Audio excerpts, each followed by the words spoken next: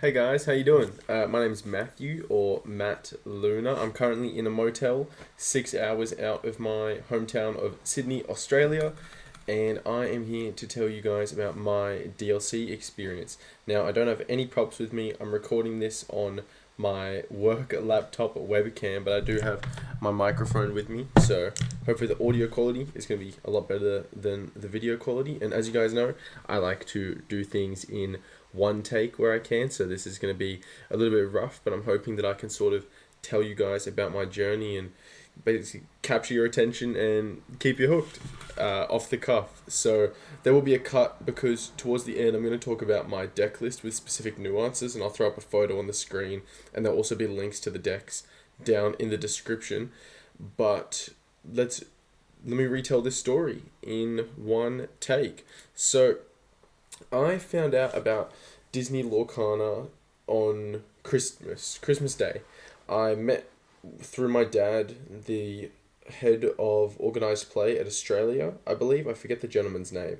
I've met him once before the Christmas before, but I always forget his name. And so basically, he was telling me about the game, and I hadn't really interacted with any TCGs in a long time, and so I was pretty interested, and I sort of started dabbling on. I downloaded the app, and I was checking on the app, just looking at some of the cards. I thought, okay, this is pretty interesting. I haven't played a game quite like this, and I sort of just put it in the back of my mind.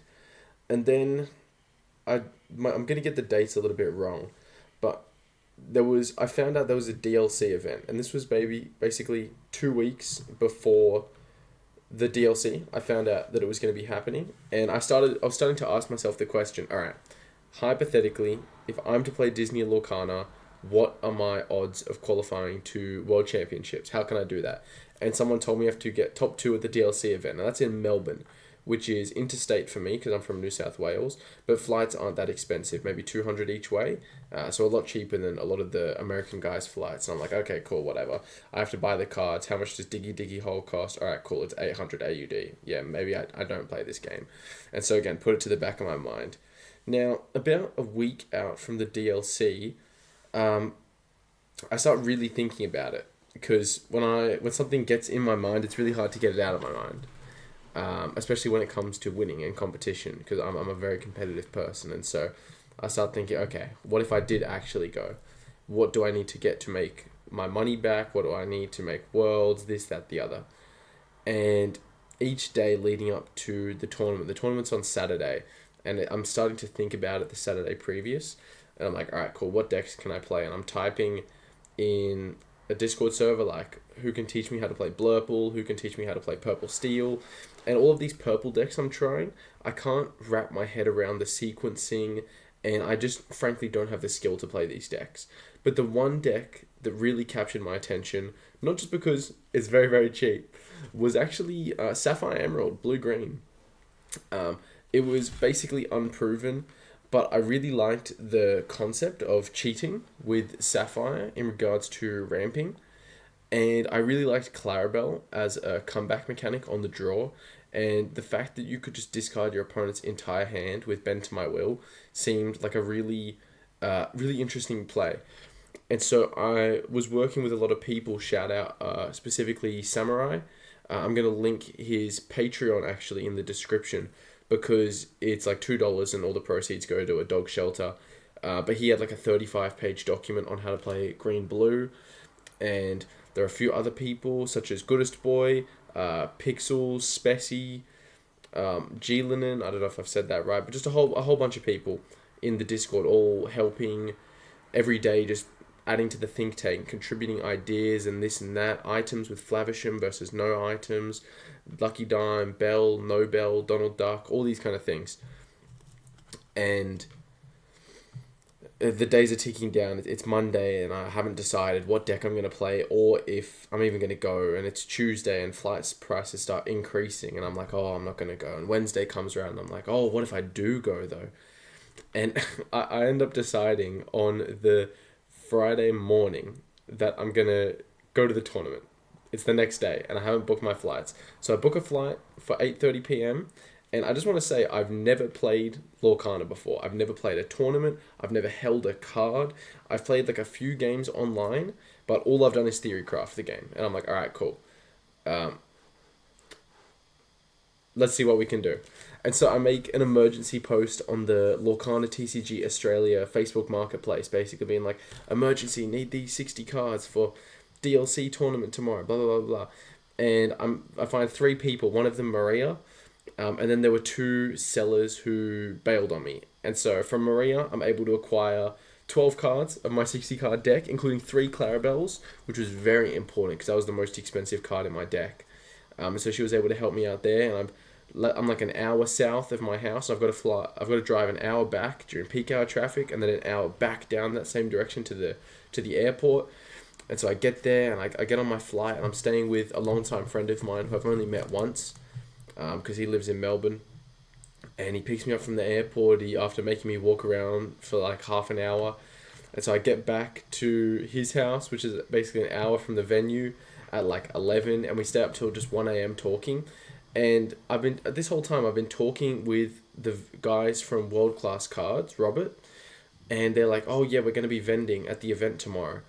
And they've flown from America, spending 20,000 or so American dollars, so maybe 30,000 Australian, on stock, staff, accommodation, flights, everything. And they're like, yeah, bro, we've got you. You can buy your whole deck off us tomorrow. It's not going to be cheap, but... And I'm like, that's okay. I've got 12 cards right now. And I wake up, I set an alarm for like 6:30. The check-in starts at 8. And I'm like, all right, cool. I can leave at 7, get there at 8. And as soon as I wake up, first thing I do is send a message being like, hey, just want to double check that you're able to get me all my cards. No response. I'm like, all right, cool. Probably still sleeping. I assume they're only 5 minutes from the venue because it's in the CBD. That's fine. I go shower. I hop. Oh, I'm in the car. My mate's driving me straight there. Lovely guy. Shout out Tim. But he's not playing the event, by the way. He's got nothing to do with Lorcana. I actually know him from when I used to play competitive video games, but it's a different story. And so, oh man, I still remember the feeling in my gut when he finally messaged me. And actually, let me read the message out to you. I should have prepared just a little bit better. He said to me at 7:49 a.m., 8 a.m. check-in, 9 a.m. 8 a.m. check-in, 9 a.m. venue entry, 10 a.m. tournament starts, by the way, 7:44 a.m., 7:49, and I know no one, and I don't know anything. He sends me a message. The organizers told me I don't have a booth and cannot buy/sell, unfortunately. I thought I was one of the vendors, literally flew staff out for the event from the USA, spent over 20,000 USD. I woke up at 6 a.m., came over and found out.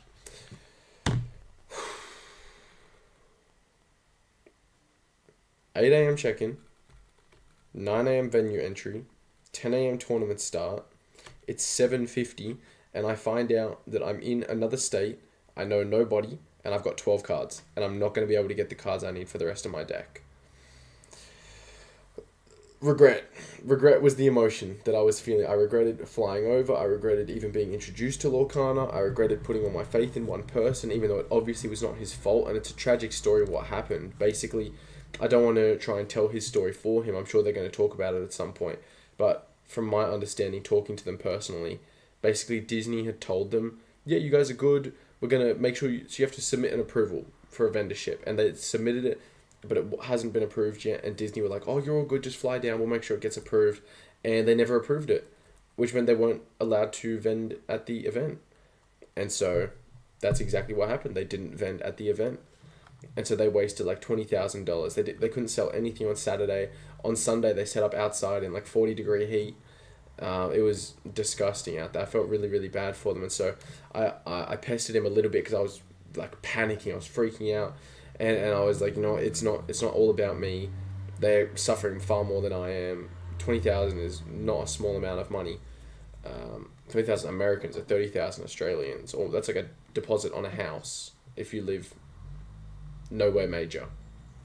Because Australian house prices are fucked. But anyway, and so I left it, and I'm like, right. So I'm sitting out the front of the venue, and I'll throw a photo up now. So I'm not sitting, standing. I'll throw a photo up right now as to where I was, and I'm just camping out the front. And I'm talking to this bald fella. I don't remember his name, but he was one of the TOs. He was a really, really lovely guy. And I'm just like, man, this is raps. It's over. It's over. As soon as the thing opens, I'm literally the first person in at 9 a.m. I didn't like leave. I just plugged my headphones in and I was just feeling the music. And this was the thing for me all weekend. I was literally just vibing to the music. I don't normally listen to a whole lot of music because I feel like it means that I can't think because song lyrics get stuck in my head. Like for me, songs and music is very sticky. Like I'll listen to it once and I'll be able to recite all the lyrics, but it will just replay over and over in my head. But I was listening to 3 songs that I really love at the moment: "Strangers" by Kenya Grace, "Houdini" by Dua Lipa, and "90" by Jaden, which is my all-time favorite song and current favorite song. All bangers. If you're freaking out, listen to those. I'm just flowing. I've just got my eyes closed. I'm like playing the music with my hands, even though I can't play any instruments. That probably looked really cringy on camera because my eyes are closed. But anyway, and so I'm just doing whatever I can to basically just like de-stress, lower the cortisol, the stress in my body. And so, alright, cool. So I get in there and I come to the first vendor and they've got like 4 binders and I'm like, oh my god, that's probably like the whole game. Because I don't know anything about Lorcana. Literally nothing. And on the first page is a Clarabelle, $35. And I was like, yep, let me get one of those. And I'm scrolling. And it hits me that they've got like nothing. These 2 vendors had really bad amounts of stock. Like really, really, really bad. They maybe had 5 cards that I needed, and including that Clarabelle, and I needed 48. So I'm like, oh, it's actually over. There's literally nothing I can do. And so I call my dad because he's pretty well connected in board games. I'm asking him, what would you do in this situation? And he's like, pray to God. And I was like, all right, cool, whatever, thanks, Dad. But yeah, I just basically spend the next 9 a.m. to 10 a.m. just freaking out, trying to figure out what I can do. I go on Google Maps. Where's my closest local game store? Plenty of games, 2 kilometers away. When do they open? 10 o'clock. Well, the round starts at 10, so can't do anything. And yeah, basically, 10 o'clock rolls around. Oh my gosh. Someone's playing Eminem outside. I was freaking out because I thought it was coming from my computer. Banging song though. Where was I? Where was I? Yeah, so 10 a.m. rolls around and they sit us all down, and I think this is round 1 pairings. And I sit across from a fella by the name of Jeremy Cooper. And I tell him, I'm just like, hey, listen, I'm not going to be able to play this game because I don't have a deck. And he asks me, he goes, what colours are you playing? I tell him, I said green, blue. And he pulls out a deck.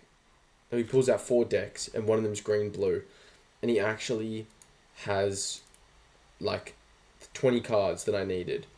And I was like, oh my gosh, like you're really going to let me borrow them even though I'm about to verse you? And then we found out that that's not actually who we're going to be paired against. And so he's just like, yeah, here's my Facebook, just borrow them for the event. And I was like, wow, okay, I've got half of a deck. This is crazy. I sit across from my round 1 opponent. I didn't even ask for her name because I told her the exact same thing. I said, listen, I've got to scoop round 1 because I don't have a deck. And so that's what I do. As soon as round 1 starts, I open up Melee. Game loss round 1, game loss game 2. Submit. I got up and I ran out. And plenty of games in Melbourne had opened at this point. And so I dropped my bag with security, big heavy duffel bag that had all my stuff in it. And I ran 2 kilometers into the CBD to plenty of games. I was calling them while I was on the phone. I was like, do you guys have Lorcana singles? And anyway, so it turns out they had some cards. They had 15 cards. I ran 2Ks in. I'm sweating because like I'm not in bad shape, but I'm pretty unfit. And I run back and it's 45-minute rounds or something like that. And I get back at 10:38. And I've got maybe like 50 cards now. And there's a few people leaving the venue, and I'm pestering them. I'm pestering anyone with a backpack. I'm like, hey, listen, this is my story. Like, my vendor bailed on me, and I don't have a deck. And like, do you have any cards? And one guy gave me like a legendary Baymax for free, and I'm still, I borrowed some cards off of Ethan Taylor, off of Thomas Sully, Shout out both of those guys. Thank you so much for them because they let me borrow some cards as well. And round two pairings go live, and I've got a 58 card deck. I'm missing two Scrooge McDucks, and I'm like, all right, well this is it. And I asked three more people who, as they go into their pairings, I feel really bad because I'm like bothering everyone, but they're like, no, I can't do anything. The last person I asked, Benjamin Key, he's like, this is like one of the most friendly guys I've ever met. He's like, wow. He wasn't like wow. I was like wow. He's like, oh yeah, I've got those, and he gives them to me, and I'm like, I'm holding these cards. They're all in like other people's sleeves. Like I've got red sleeve cards, blue sleeve cards, top loader cards, clear sleeve cards, unsleeved cards. And I sit down in front of my round two opponent, and I'm quickly like, I race to the table. I'm quickly sleeving my deck. And it's like 1, 2, 3, 4, 5, 6, 7, 8, 9, up to 60, and I've got a 60 card deck in time for round two, and so, man, I'm drenched in sweat. I'm out of breath. I tell him my story. He's like, wow. I forget his name. I forget a lot of the names of the people who I versed, but this is my first game of Lorcana ever, and it's against Blue Steel, 2-0 win. I'm going to race through the rounds relatively quickly. I don't want to linger on them too much, but I'm now 1 win, 0 draws, 1 loss. Round 3, Amber Steel mid-range. I make a misplay because I'm nervous, like my heart is thumping in my chest, my hands are sweating, both from the exercise and also just the nerves of the situation, whether I'm going to rise to the occasion or crumble under the pressure of being 0-0-1 off the start, having a scoop and run into the city to get my deck. We go 1-1, drawing, so I'm now 1-1-1. Round 4, I actually verse a familiar face for a lot of you guys, Jesse Lentini, green-purple. Absolutely stomps me. It wasn't even close. I don't think I got a single law. He drew really perfectly. I drew really poorly. He played so much better than me. I definitely made a few misplays somewhere in there. But he found like 7 Tomagos, go-go Tomagos in 2 very short games. And so he just 2-0 stomps me. And I'm like, oh, well, this is over. I was going to say, I have no idea how many points you need for Top Cut. I don't even know how many points a win or a draw is. I haven't looked at any of this stuff. I don't know what's going on. I'm just doing my best to play Lorcana. And so I'm 1-1-2, and it's like, alright, cool. Well, it's over, whatever. Just go next. Round 5, up against Yellow Steel mid-range, and we get a 2-0 win. Round 6 against Red Blue, which was supposed to be a 50-50 matchup, but through practice, it feels like a really good matchup for me. I managed to edge out 2 really close games, relying on my 2 McDuck manners to basically hard carry. Like, they probably got me 30 lore across 2 games. So it was literally all down to the McDuck manners. I'm believing now, there's hope. My heart is like pounding even more now, because it's like, oh, it's not over. It's round 6, and I'm 3-1-2 or something like that. Round 7, I sit down against aggro Yellow Steel locations. And again, I want to say I'm playing green-blue. So green-blue, ramp, untested deck pretty much. Little to no early game. I'll talk more about the deck in a little bit, but it's...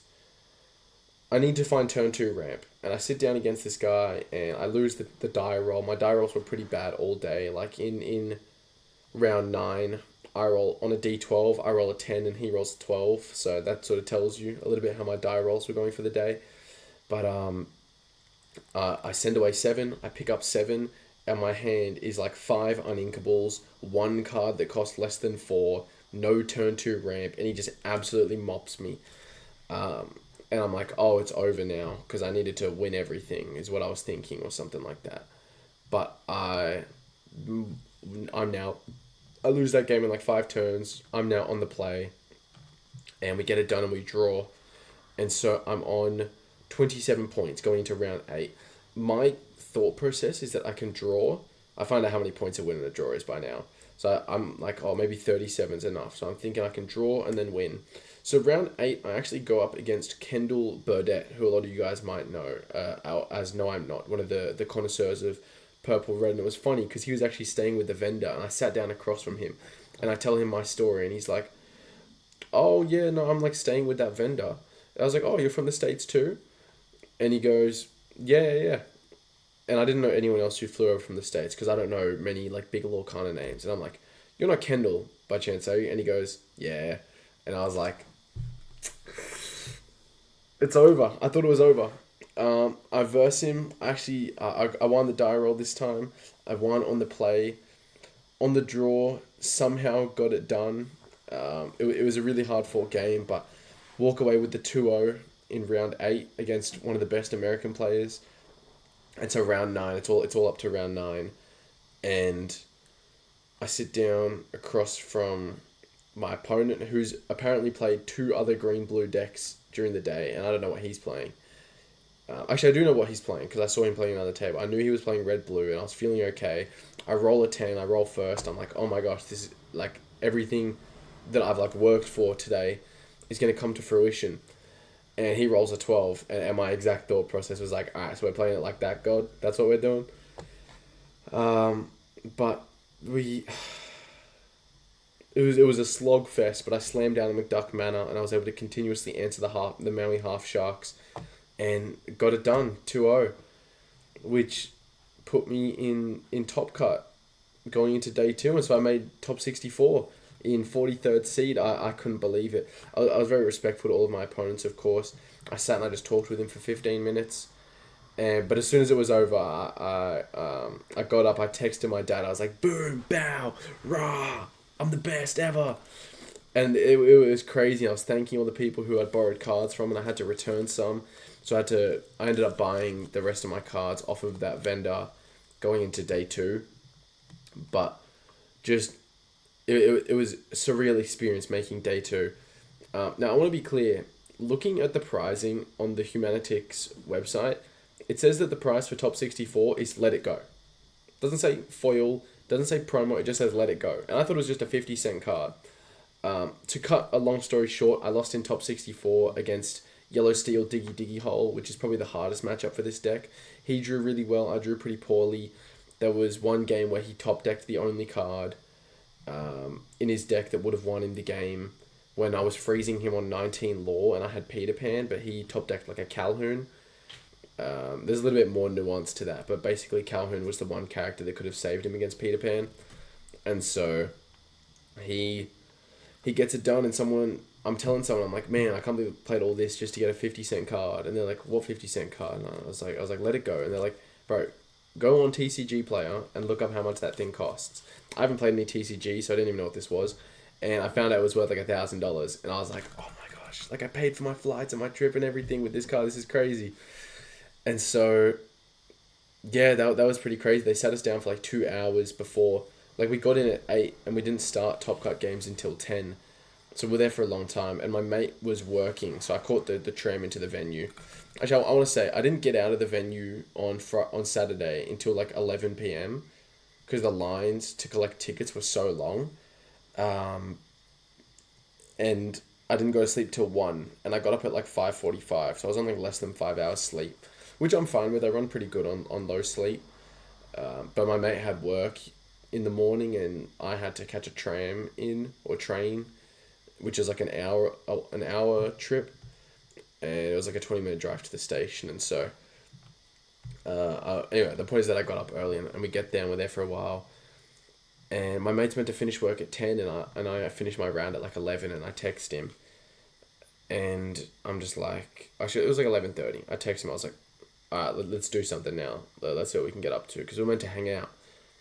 And he's like, oh, sorry, got held back, staying till 12. And I was like, alright, whatever. So I started talking to a few people, very notably a fella called Smitty. And I'm like, oh, what are you going to do now? And he goes, I'm going to play 12 p.m. Constructed. And I didn't even know what Constructed means. Like, I know now, but I didn't know what that was back then. And I found it was just standard format. But I'm talking to him. And I'm like, oh, what's the pricing? And he goes, 300 tickets for first. And I was like, oh, what can you even get with 300 tickets? He goes that play mana, the Cinderella play mana. I look up how much it's worth. And I was like, oh, that's actually a decent amount of money. So what would I need to get to do well? Well, top 8 get 75 tickets, top 4 get 150. I was like, okay, cool. And it's like 11:50 at this point, and my mate's meant to get off at 12, and I'm listening, and I'm like, man, I just have to do this well to make like a few $1,000 but I was meant to hang out with my mate, and like how often am I in Melbourne and this and that.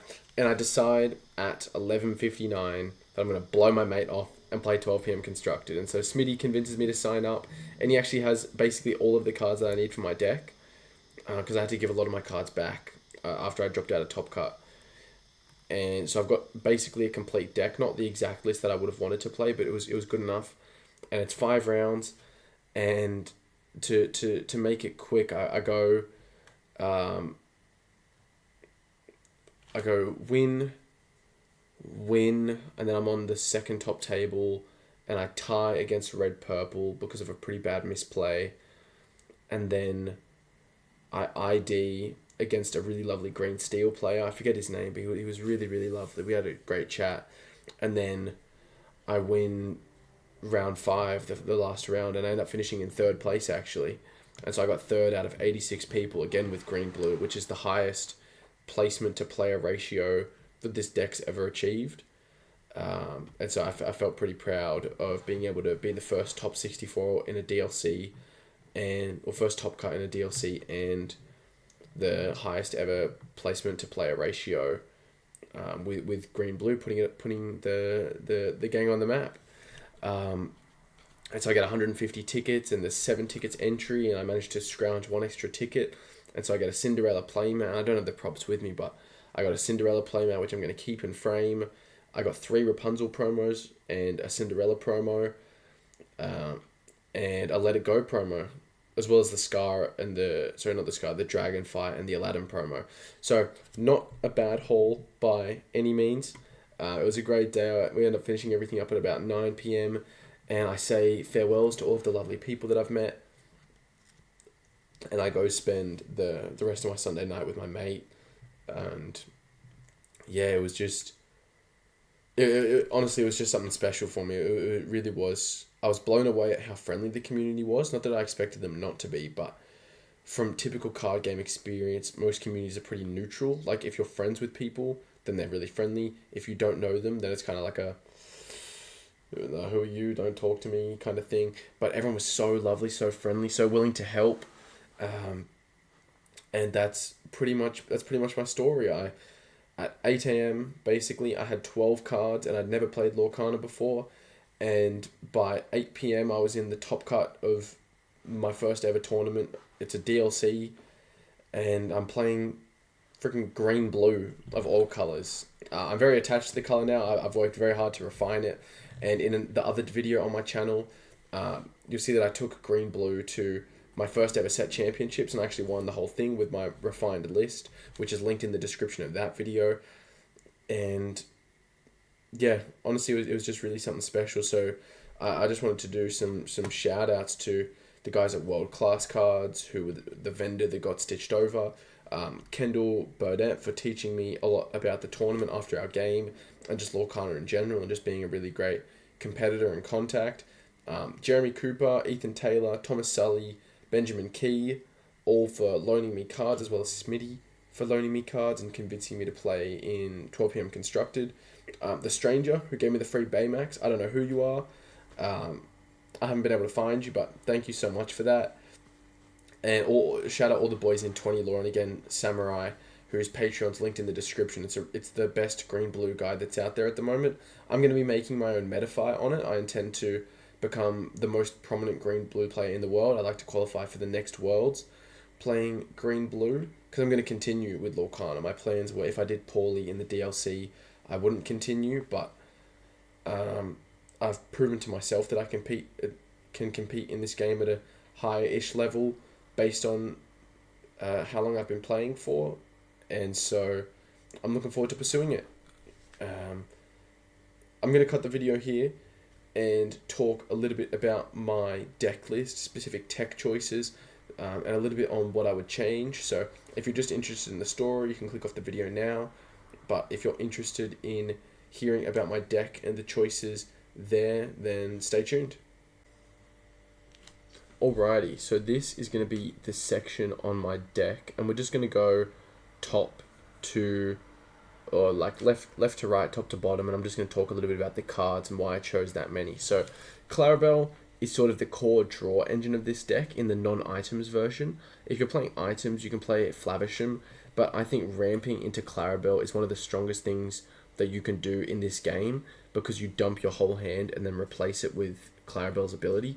Also, playing the one cost Clarabelle, initially I was very against it, but the forcing red-blue, who are going like one ramp on two, and then they want to play like a Halfarago or a Tala or a Flavisham, forcing them to play Brawl on that turn is just so strong. Or even forcing a card out of your opponent's hand in order to kill a 1-drop is almost always a favourable trade. And shifting Clarabelle on the draw, especially, is one of the strongest comeback mechanics in this game. It's something that I really, really like about Green-Blue, is that we cheat ink with ramp, and we cheat hand size with Clarabelle. And so there are games on the draw where you match their hand size, you out-ink them, and it just feels like you're on the play if you can withstand those early turns. Tipo is obviously paired with Sail the Azurite Sea, very self-explanatory. 4 and 4 is standard in any Sapphire list. You want to hit ramp on turn 2, and so that's what we do. The Muses is basically the core card of this deck. We play in this list, I was playing 14 songs, my new list plays 15.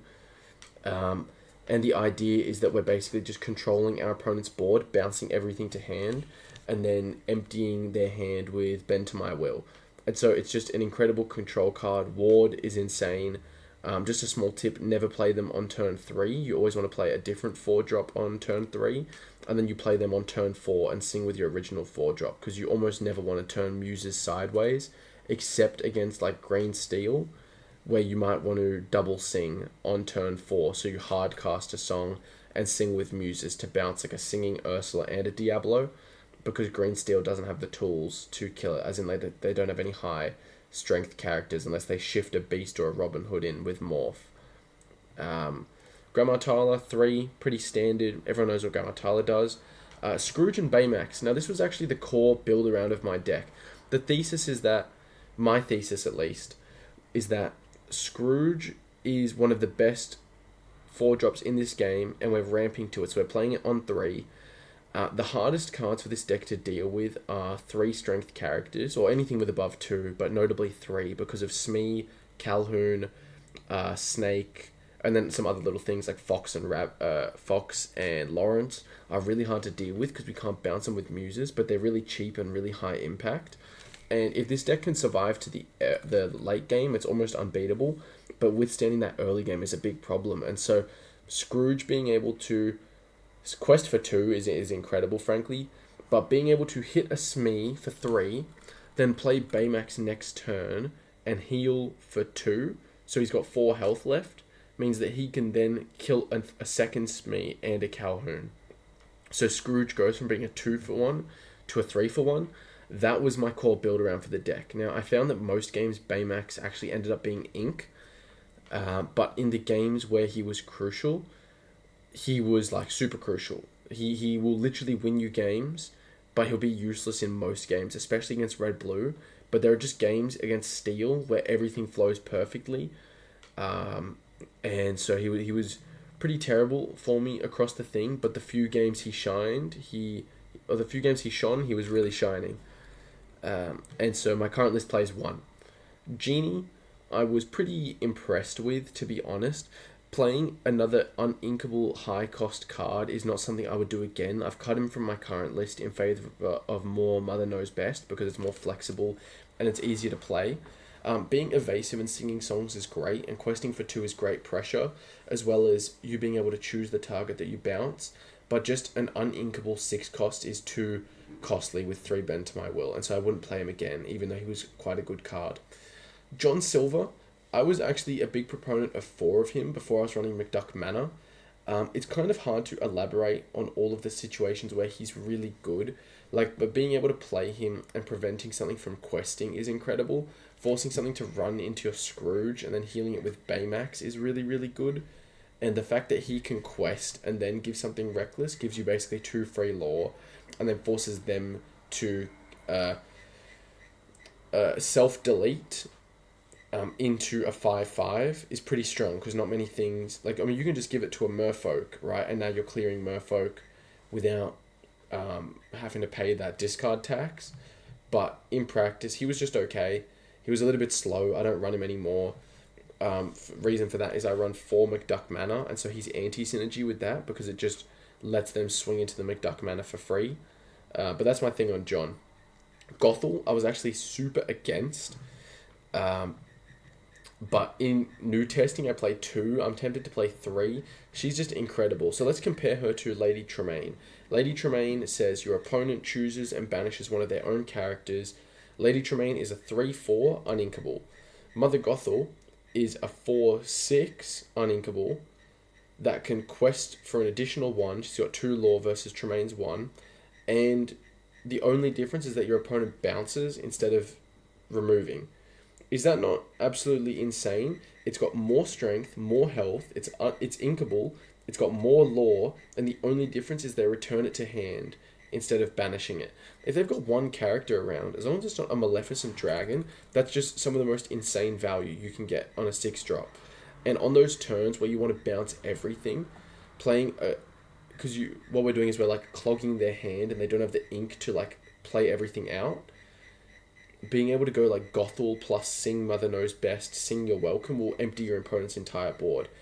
She was great. I played 2 of her now. I'm almost tempted to play 3. Clarabelle we've talked about. Peter Pan, I think you shouldn't be running less than 2. You could maybe run 3, but I think 2 is the perfect amount. He enters play exerted. He prevents locations from gaining lore. He prevents Flynn Rider from gaining lore. If your opponent only has one character and it's not Calhoun or Goofy Super Goof, then they literally can't gain lore. And so he is a recurring like bounce of sorts in the way that you don't actually have to bounce the character, but if they've only got one thing, it can't gain lore. They can't gain lore, and so it just sits there, and so it feels like you're returning them to their hand. He also prevents like goats and roses from closing the game if you can empty their board, as long as they don't top deck a fox. So Peter Pan's quite good. Develop your brain. Some people play 0. They're wrong. You should be playing 4. I regret not playing 4. Missing turn 2 ramp is almost an auto game loss because we don't have any other 2 to 3 cost cards, whereas like red blue might have Little Sisu or Porpsicles or Ice Blocks to be playing. We have basically nothing, and so we need to hit turn 2 ramp. There are a lot of really good opportunities to play this. So you can play it on turn 1, you can play it on turn 2 along with Sail the Azurite Sea, you can play it on turn 4 with a 4-drop because we'll have 5 ink, and it's a cantrip that replaces itself and lets you filter 2 cards, something useless to the bottom of your deck, and you get to take the better card. It's just an absolutely insane card. I'm running 4, I will never not run 4. Sail the Azurite Sea we've already talked about. Vision of the Future I don't really need to touch on, especially in a deck with cards that are high cost unequal, like Bend to My Will.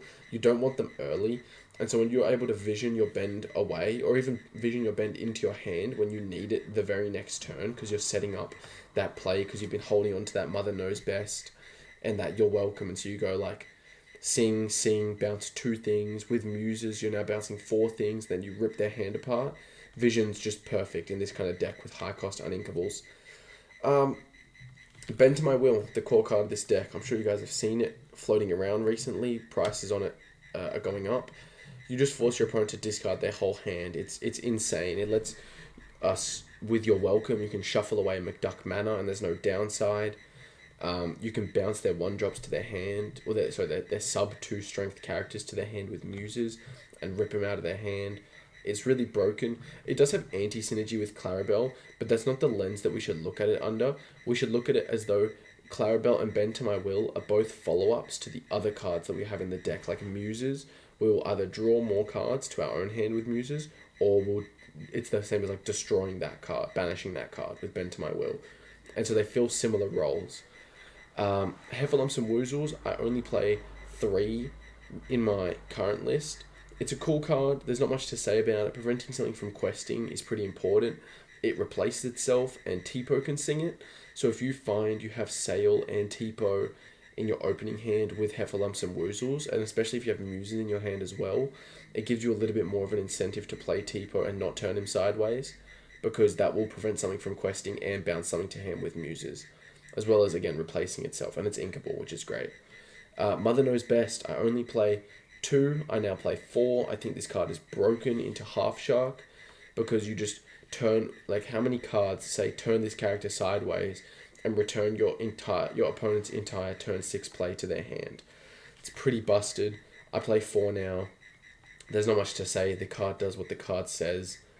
Don't bounce Maleficent Dragon to their hand unless you have Bend to My Will to follow up. But being able to bounce whatever you want and then bounce a second thing with Muses is incredible. I'm going to skip Your Welcome for a sec just because how far I'll goes on my mind. That card's crazy. You want to be playing Scrooge on turn 3, Muses on turn 4 and singing that, or even hard casting it, which I did a few times. Just replacing itself, like Develop Your Brain, and then also giving you a free ink and bouncing something to your opponent's hand is just absolutely ridiculous value. That card's so good at helping us ramp to 7 because we can go like 1 drop, ramp on turn 2, play a 4 drop on turn 3, play Muses on turn 4. We're at 5 ink and we sing How Far I'll Go, which puts us up to 6 ink, and then on turn 5 we're now playing a 7 drop, which is either Clarabelle, or we're singing a few things and breaking their hand on turn 5 with a Muses, a Scrooge on board. Like, it's just so much board presence for them to have to overcome. And so ramping specifically to 7, 1 turn earlier, is really, really good for us. And we don't lose any like tempo by playing that compared to like Sail, where we lose like hand size and it costs 2, so you can't really play anything comfortably with it. But that card's crazy. So going back to Your Welcome, we're in a McDuck Manor meta, we're in a Half Shark meta, and this card is... Jesus Christ. This card is one of the best answers to it. Being able to shuffle any card on the board into your opponent's deck. I shuffled a Lucky Diamond, which won me a game. Shuffling McDuck Manors in. When they draw 2 cards, you either match that with Clarabelle, and then they don't have enough ink to play that because their hand is so big, or you just rip it out of their hand with Bend to My Will. It's absolutely insane. It basically makes Half Shark unplayable if we have 4 Mother Knows Best for Your Welcome. And it's such an insane card in this meta at the moment. You don't want to ink it. I find myself inking it quite often and being fine, but it is very painful to ink. McDuck Manor. A great card, very painful to ink. I'm playing 4 in my updated list. What I'm going to do is I'm going to flash my updated list up just at the end so you guys can see the revisions. And there'll be a link to it in the description as well. But McDuck Manor is just so broken. It wins you games single-handedly against red-blue. It turns it from like a 50-50 matchup to an 80-20 matchup, especially if you're playing 4 of them. If you can get it out early in some matchups and then just defend it with Scrooges and Baymaxes, it's pretty insane, and like bouncing things so they can't challenge it. Maui does hurt, but as you guys saw, DKP won the whole thing with 4 McDuck Manors, and so I don't really think I need to justify the inclusion of 2, let alone 4, in the deck. It's just such an insane card in a control deck especially. So yeah, that's basically an insight into my thought process surrounding the deck. If you've got any questions, leave them in the description below. I'm going to flash up the old list. Oh, sorry, not the old list, the new list. I'm very tired, sorry. Flash up the new list now. Here's the new list. And I hope you guys enjoyed this video. If you didn't, sucks to suck. But yeah, if you've got any questions for me, feel free to reach out on Twitter, or if you can track down my Discord, or just even comment down below. I of course answer all the comments. And that's all I've got to say. Again, thank you so much to all the people who loaned me cards, to the Lorcana community, and I hope I'm able to continue with Lorcana and push out a lot of great content, especially on Green Blue for you guys.